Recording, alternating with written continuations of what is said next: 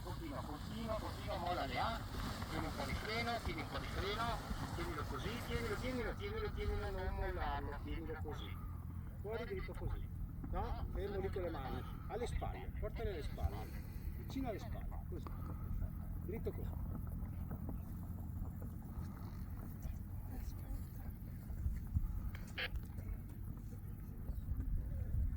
Ok, hai tirato un po' troppo i freni per sederti, ma eri stabile, quindi ti ho lasciato fare.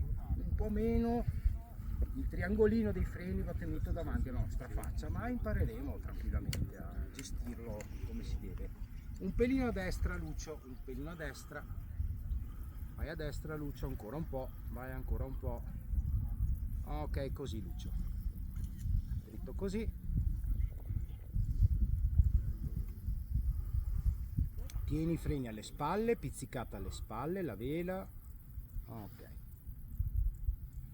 Stai lì stabile, fermo. C'è un po' di movimento, ma è normale, quindi siamo nella fascia dell'inversione, quindi ci sono delle bolle. Ecco, adesso si è già stabilizzato. Federico, fai un 360 a sinistra intanto che sei alto, ti fammi un giro completo, peso freno, non troppo cattivo di freno, vai.